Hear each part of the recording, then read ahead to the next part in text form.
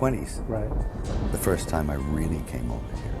You know, I had a whole bunch of weird paranoid suspicions about what the hell was going on because there was a lot of stuff I couldn't understand. Right. And nobody was really bothering to explain it to me. They don't. And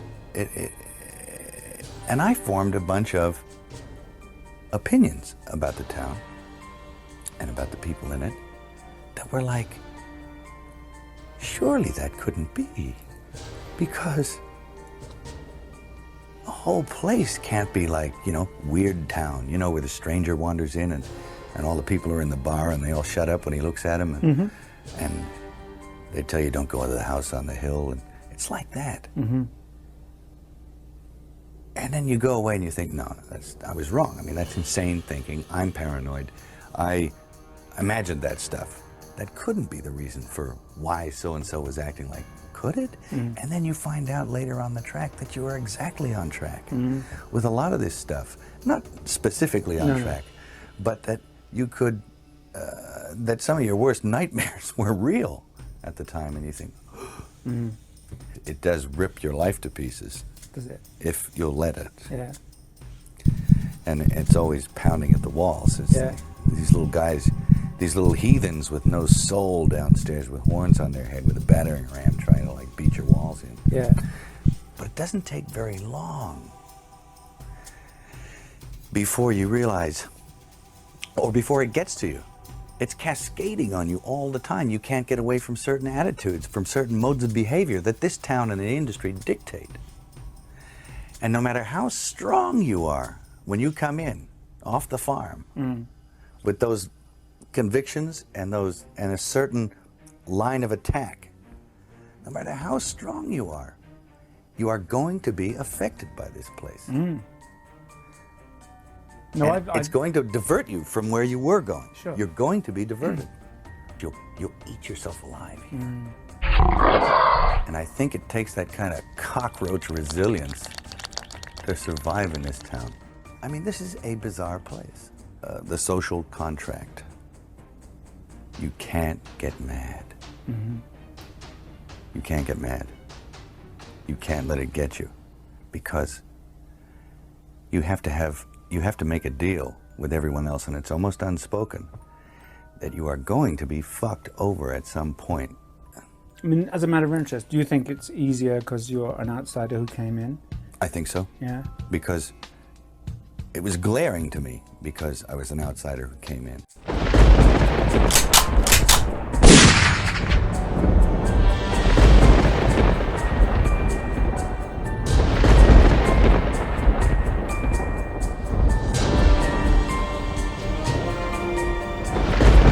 They give semen samples in little plastic jars, which are now stored below Rockefeller Center underneath the ice skating rink. Wouldn't want to be there for the thaw. I mean, it's disgusting. You know what they put in the water, don't you? Fluoride. Yeah, fluoride. On the pretext that it strengthens your teeth. That's ridiculous. You know what this stuff does to you? It actually weakens your will. Takes away the capacity for free and creative thought and makes you a slave to the state. George Bush knew what he was saying when he said New World Order. Remember those three little words, New World Order? Well, he was a 33rd degree Mason, you know, and as ex-director of the CIA.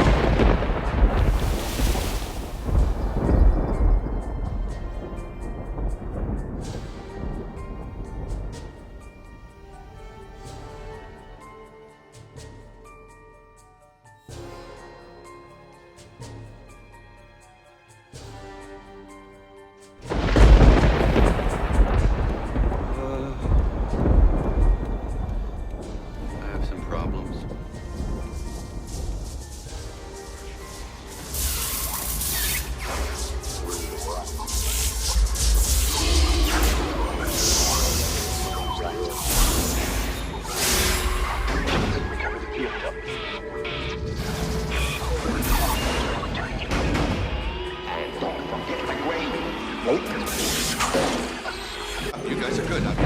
You fellas been watching me for a while, huh? Yeah, I've been told I got eyes in the back of my head, but I didn't even see you guys coming, you know? I was right. What was I right about? I wasn't right about it. No, I wasn't right. I was wrong. You guys are from NASA. That's right, you're from NASA. No, come on, fellas. No, not the ice. God. Go.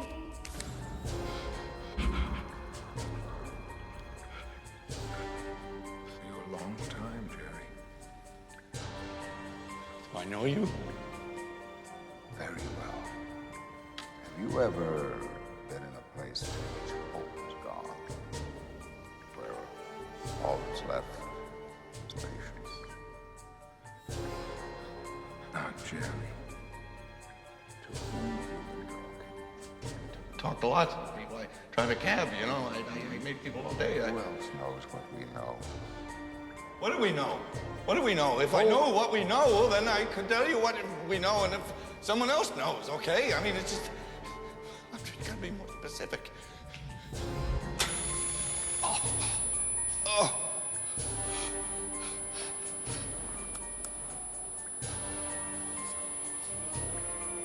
Well, what is that? Gravy for the brave. No, not gravy. Please, please. Oh, not gravy. No, not gravy. Oh, God, no. Please don't do this to me, please. Help! Help! Now, Jerry, to whom have you been talking? No, I've had gravy. I've had gravy. I know you. Yes, I now know you know now, Jerry. Now you know, Jerry. I don't know. Help me. Who else knows, Jerry? Who else knows, Jerry? Who knows? Who knows, Jerry? But who knows? Who are you talking to, Jerry?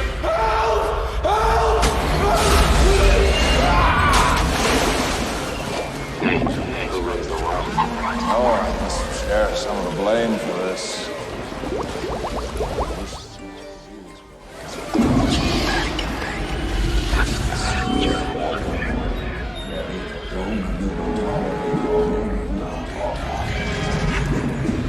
Who else knows? Who else knows? Jerry!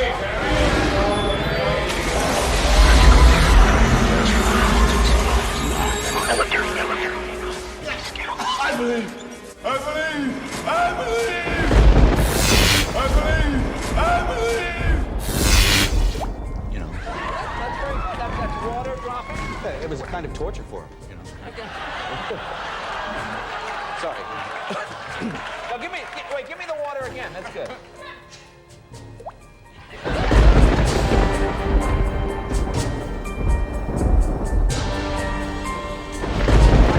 It's very good. I thought it's very well written.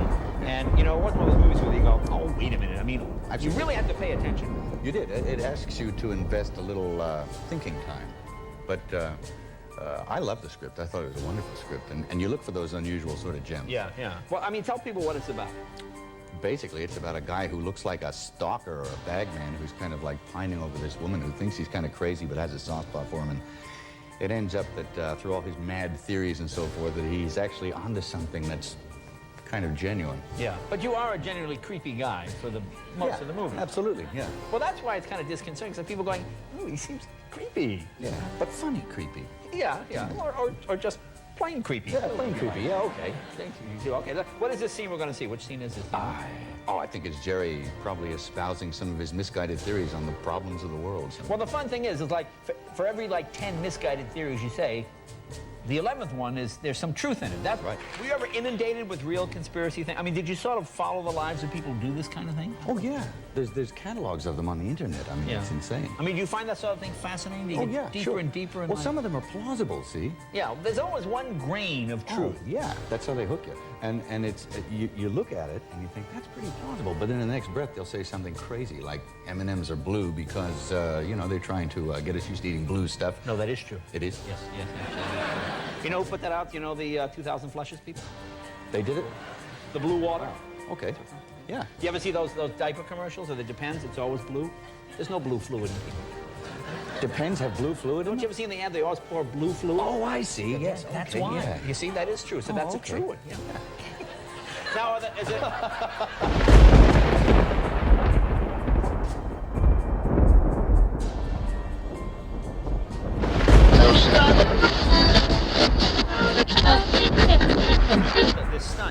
on Julia. And you pull stunts. You'd think actors would catch on by this point. But Yeah. Now tell us exactly what the stunt is in Conspiracy Theory. What did you do to her? I think this clip is I actually put a cockroach with a lot of hair gel and some custard in her hand, you know, so. There was a live cockroach? No, it was a plastic one, but she didn't know the difference. It didn't matter. It was just as good as a live one. Oh, I see. Now, was there some reason for this, to motivate her as an actress? Was there any... Well, enough time had elapsed. She trusted me again, so I thought it was time to make her uneasy. You know?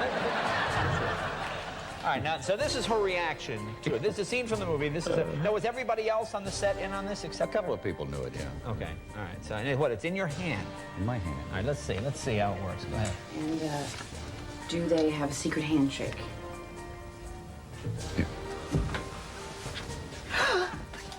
Yeah.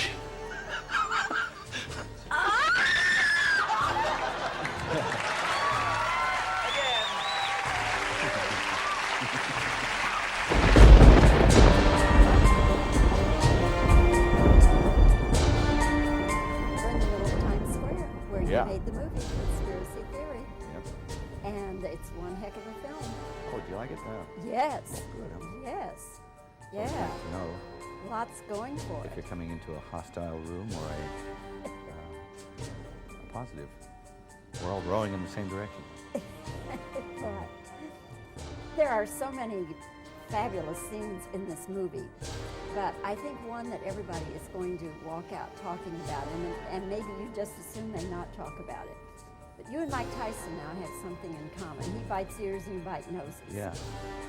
And Patrick Stewart has a very prominent nose that almost begs to be bitten. So I bit it.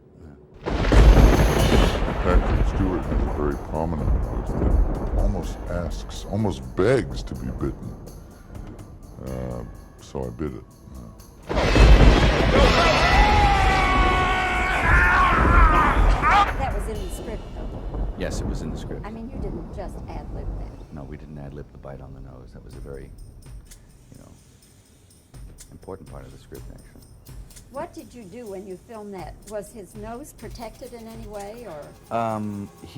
It was actually, they made, now this is what I love about film sometimes, is that they can achieve things that are just astounding.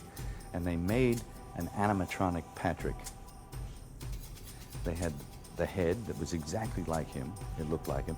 And not only that, but they had electricity and musculature that actually moved and kind of pulled faces and stuff like that. And a suit, and the guy would get behind and put his hand through the arm and like be clawing at my face. And, when you see that, it's frightening because it's, for all intents and purposes, it's him. It's a little lifeless, but it's moving. It's And kind so- of off-putting. It's a little strange. So I bit the phony Patrick, and I was able to tear a big chunk out of it. And the real Patrick was off having coffee or something. He was watching with a cup of coffee, yeah. He was like, yes, do it again. Do it again. He was like, How many times did you do it? oh, several times, yeah. And a new nose each time. No new nose. Oh. No. No new nose. Say that. No new nose, not at all. No, that's like one of Patrick's voice exercises. No new nose, not at all. Oh, he vocalized this. Yes. Yes. Taught you to do that, did he? He did, yeah. Yes. I got the quick Shakespearean kind of thing. In fact, it was funny, the grips and the lighting guys on the film, he had to go into this big pool of water and be held down with a mop and sort of gurgling and all this kind of stuff with explosions going off. And they pulled him out, and there he was all soaking wet. And one of the, I think it was the lighting guy, says, hey, that Billy Shakespeare didn't teach you none of this, did he? He was like, he's a cool guy, though. He's very funny. Another scene I really felt for you, and I hope it was faked somehow, but I have a feeling it wasn't. When they taped your eyes open. Yeah. Now, that was not fake. They did that somehow, huh? Yeah, that was animatronic tape. It wasn't real tape. It was, but it made your eyelids stick open, so it was No, kind tell of the me. same effect. Yeah. Tell me how they did. They just tape your eyes open. It's kind of like, Clockwork Orange meets, Marathon Man, it's like try and tape your eyelids back over the top of your head. Kind of uncomfortable. And how long would you have to sit like that? Oh, I think that went on for about 3 days, that kind of stuff. But every, 20 minutes or so, I'd sort of get him to take it off because I had to blink. Well, yes, that would be very bad for your eyes. Yeah, you could light matches on my eyes after a while. Well, Mel, the time goes too quickly, but Wow. again, congratulations Yes. on Conspiracy Theory. Heck of a film, lots of action, good suspense story, and you're okay too. Thank you. Nice outfit. Thank you. Oh, cigarettes and everything, man. Well, they take care of you. They sure do. You'd think you were a big star or something, the way they take care of you. Yeah. Like Rin Tin Tin or Lassie. You're a big star like Rin Tin Tin. In your dreams, Mel, in your dreams. In your dreams, Mel. In your dreams.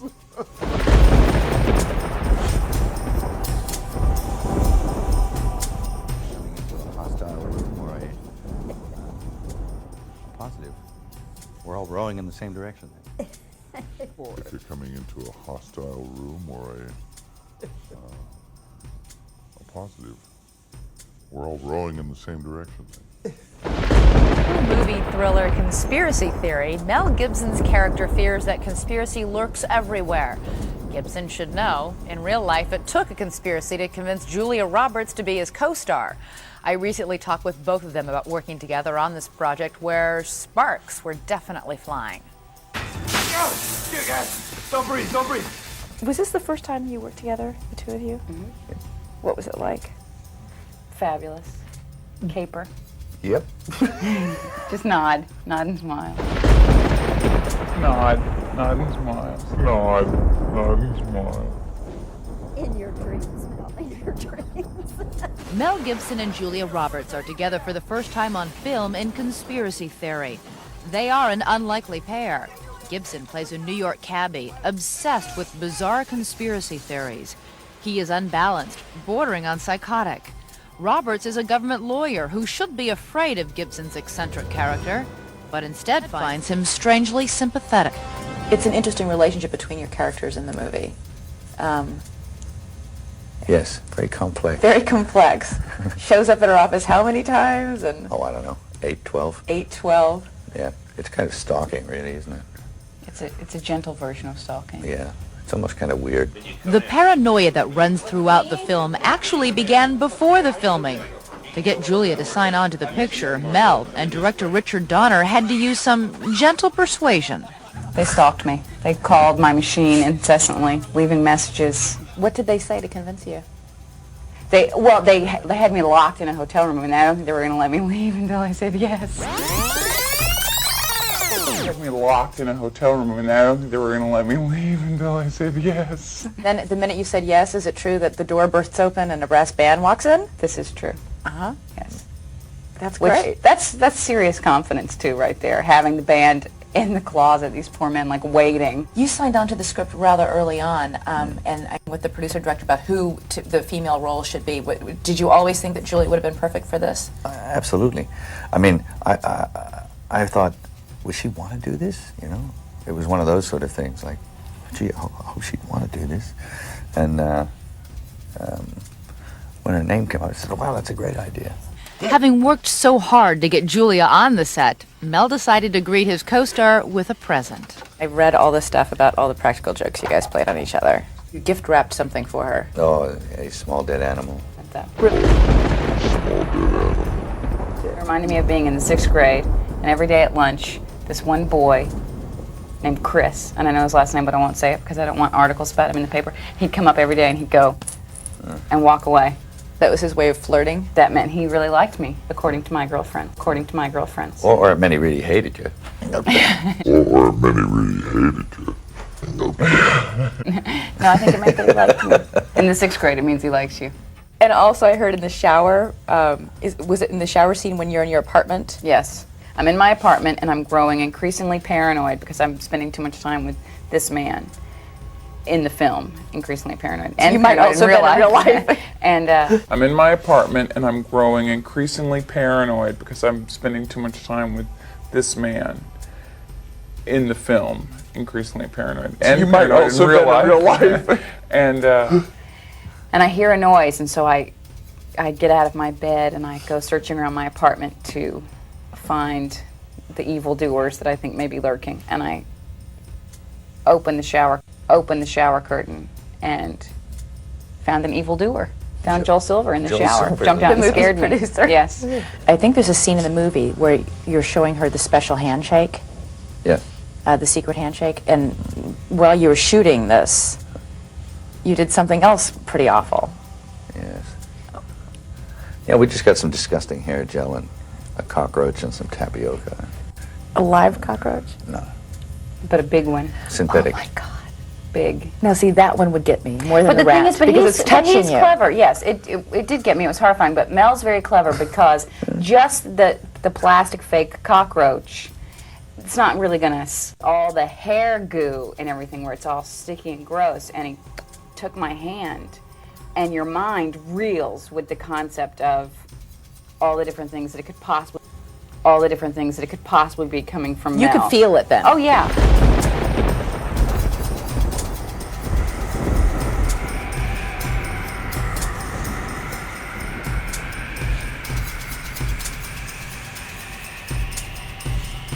I'm in my apartment and I'm growing increasingly paranoid because I'm spending too much time with this man in the film. Increasingly paranoid. And you might paranoid also in real life. And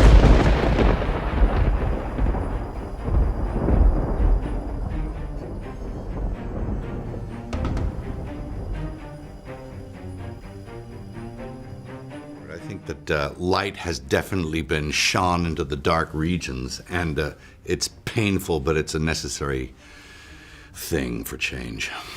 So there you go. Do you agree, John? Yeah, you can't help. It's an incredibly difficult thing to talk about in the context of a comedy interview. Yeah. Because there's very little that's comic about it. Yeah. You're seeing lives destroyed, but you're also seeing lives that have been deeply troubled for years, and there's it's kind of a tragic healing process. It's a big upheaval. I mean, I've never seen Hollywood quite so shaken by anything. It's a little late. So it's a little late. So it's a little late. So we'll see how it all shakes down. Hopefully, it clears the air a little bit. Let's talk about the sensitive matter of Hollywood these days. All the money in the world is for reshooting, thanks to Kevin Spacey's exit from that film. Mel, where are you on the whole situation? It's a big one. Yeah, well, you know, your heart goes out to the victims, of course, and I'm glad that they spoke up. And I think it's unfortunate that they have to relive the whole thing in order to heal themselves. But, you know, this is what, and the rest of us are subjected to the problem. I think, you know, we really need to look at it. But it's not just Hollywood, you know. You don't have to be in Hollywood to experience that kind of harassment. I was in my mid-20s. Right. The first time I really came over here. You know, I had a whole bunch of weird paranoid suspicions. And I formed a bunch of opinions about the town. Surely that couldn't be, because the whole place can't be like, you know, Weird Town, you know, where the stranger wanders in and all the people are in the bar and they all shut up when he looks at them, and they tell you don't go to the house on the hill, and it's like that. And then you go away and you think, no, I was wrong. I mean, that's insane thinking. I'm paranoid. I imagined that stuff. That couldn't be the reason for why so-and-so was acting like. Could it? And then you find out later on the track that you were exactly on track with a lot of this stuff. Not specifically on track, but that you could, that some of your worst nightmares were real. That some of your worst nightmares were real.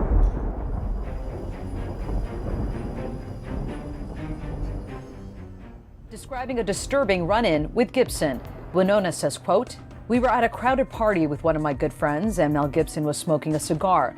And we're all talking, and he said to my friend, 'Who's gay? Oh, wait, am I going to get AIDS?' And then something came up about Jews." Winona, who is Jewish, says the comment was about her avoiding concentration camps. She claims in her Sunday Times interview that Gibson later tried to reach out and apologize. But today, Mel's representative is refuting all of it, saying, quote, "This is 100% untrue. She lied about it over a decade ago when she talked to the press, and she's lying about it now. Also, she lied about him trying to apologize to her back then. He did reach out to her many years ago to confront her about her lies, and she refused to address it with him. In response, Winona says in a statement, "I believe in redemption and forgiveness and hope that Mr. Gibson has found a healthy way to deal with his demons. But I am not one of them. Only by accepting responsibility for our behavior in this life can we make amends and truly respect each other. And I wish him well on this lifelong journey." The sooner you realize there's something bigger than all of us, the easier it's going to be in your life. And as I say, hard jump to make for a lot of us, even me, and I kind of understand the process. You understand it probably better than a lot of people with your career, and I was wondering if, you had been the one that jumped up out of his seat and slapped Chris Rock, if you would have been treated the same way, Mel. Hello, Jesse. Thank you. That's our time. Have you ever thought about that? No. Thank you, Jesse. That is our time. True, because it takes two to tango. What are the Jews responsible for? It was the 17th day of the raging war in Lebanon, and there were a lot of people worrying that the crisis was escalating out of control. Since I was a kid, in the 60s, 70s, 80s, 90s, now in the new millennium, you can read of an ever-escalating kind of conflagration over there in the Middle East. I remember thinking when I was 20, man, that place is going to drag us all into the black hole, just the difficulty over there. And you start thinking, well, I ever see my grandchildren grow up, what's going to become of the world? Who's going to press the button? And that's fear-related, okay? So, you have your own fears about these things. But there's a difference between saying that place is a tinderbox and the constellation of things happening there could take us all down, and saying the Jews are responsible for all the wars. Well, I did say that. The Jews are responsible. Well, strictly speaking, that's not true, because it takes two to tango. What are the Jews responsible for? What are they responsible for? I think that they're not blameless in that conflict. There's been aggression and retaliation and aggression. It's just part of being in conflict and being at war. So they're not blameless. Of course they're not. Okay, now when you're loaded, A lot of people are going to say, wait a minute, he's still blaming the Jews. No, but I didn't say that. He's still blaming Israel. No, but did I say that? And the other place it may have come from is, as you know, a couple of years ago I released the film The Passion. Now, even before anyone saw a frame of film, for an entire year, I was subjected to a pretty brutal sort of public beating. And during the course of that, I think I probably had my rights violated in many different ways as an American, as an artist, as a Christian, just as a human being, It was the movie that became a kind of Rorschach test. Gibson and tens of millions of Christians who saw the film say it was simply evoking the New Testament version of Jews, Romans, and the brutal crucifixion of Jesus. But the leaders of several Jewish organizations launched a campaign arguing that Gibson had seeded the film with deliberately anti-Semitic images. And they warned that Gibson might be inciting a new wave of hatred, even violence against Jews. He says that never happened. The film came out, it was released, and you could have heard a pin drop, Even the crickets weren't chirping. But the other thing I never heard was one single word of apology. I thought I dealt with that stuff, all forgiveness, but the human heart's a funny thing. Sometimes you can bear the scars of resentment, and it'll come out, when you're overwrought and you take a few drinks. So, is there hate in your heart? Is there anger in your heart? There was anger from that, I think, because I felt that I was unjustly treated. My resentment stemmed from certain individuals treating me in a certain way.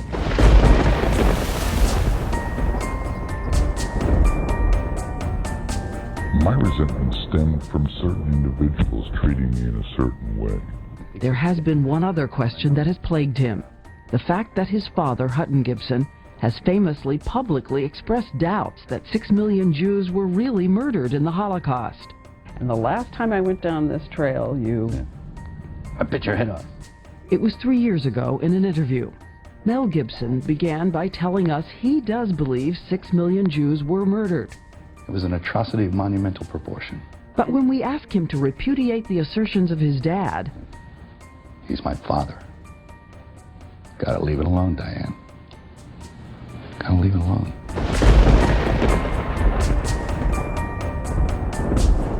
I want to go back because your father has been on the record. This is not an assumption. He has been on the record saying things like the Holocaust, quote, mostly fiction, that it's been hyped out of proportion.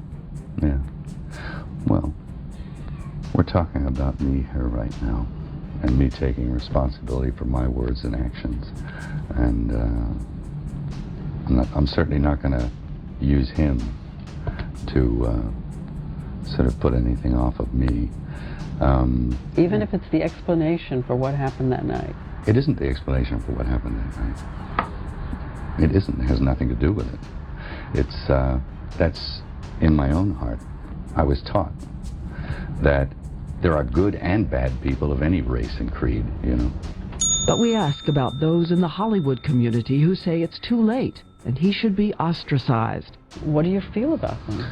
Well, I feel sad because, you know, they've obviously been hurt and frightened and offended enough to feel that they have to do that. And if it's their choice, that's the price you pay.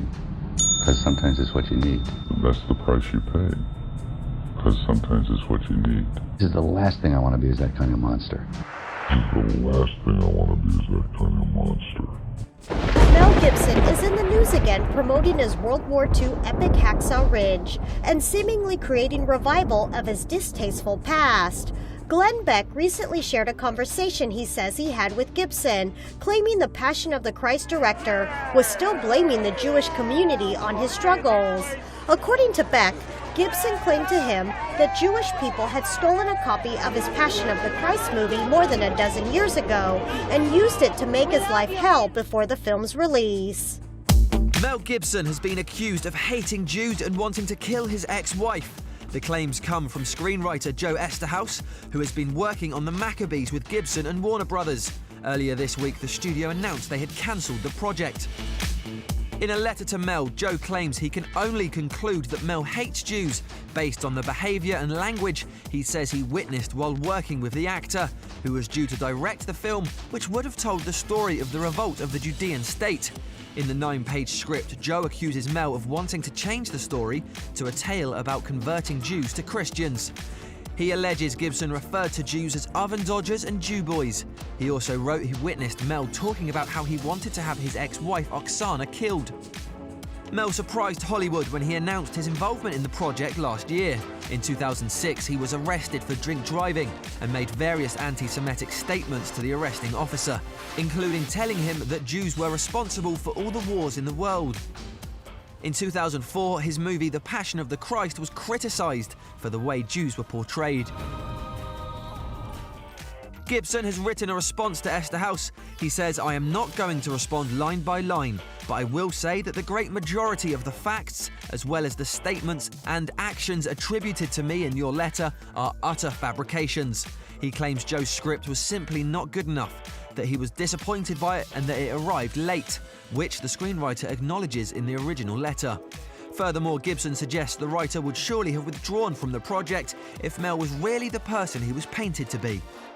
Gibson maintains he still wants to make the Maccabees, but not with Joe's script.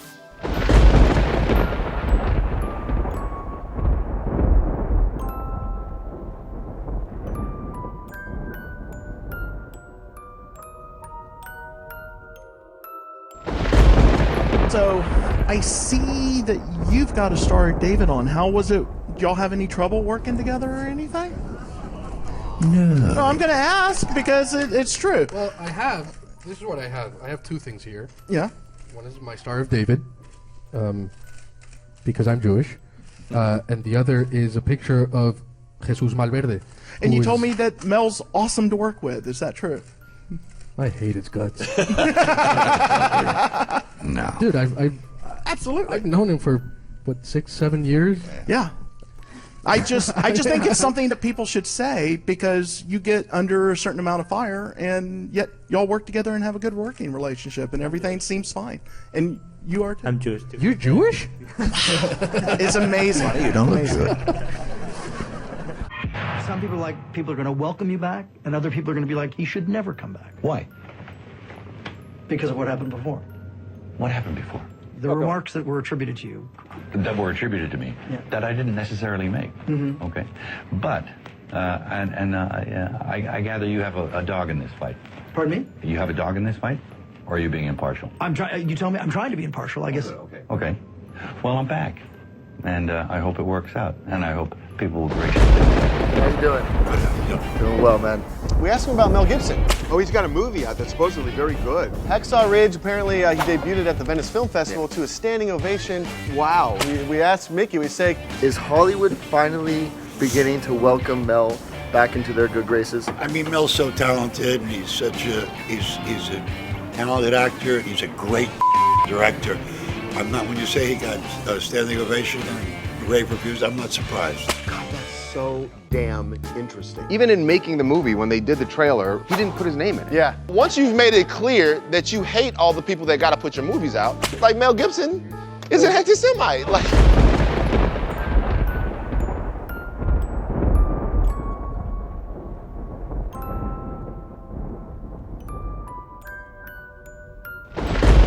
Well, I'm back, and I hope it works out, and I hope people will graciously accept me back. Don't walk around in tight clothes. I stay at home for most of the time. Public, and it's a embarrassment to me. You look like a unheat, and if you get raped by a pack, it's only your fault. All right? Because you provoked it. You are provocatively dressed all the time with your fake boobs. You feel you have to show off in tight outfits and tight pants and stuff. You see your from behind. And that green thing today was enough. That's provocative. Okay?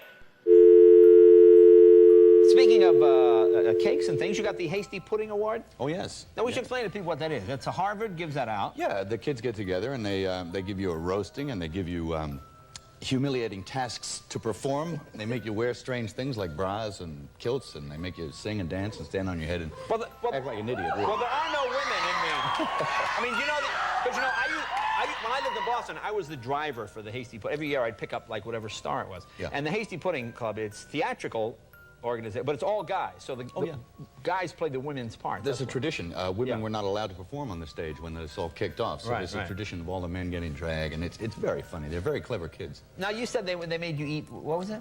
Dog food. Now, dog food. Now what? Did you go for the gravy stuff or what? What kind of? Well, I sort of had a mix. It was the jelly meat stuff combined with the crunchy stuff. Oh. Oh no. No, don't knock it. It prevents tartar. I know you got a healthy coat, and it's no tartar.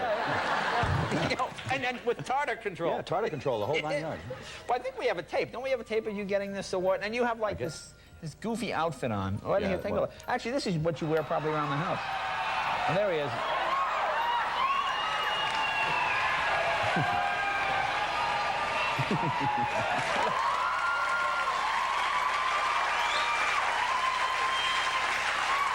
I think that's when you, from when you did Annie on Broadway.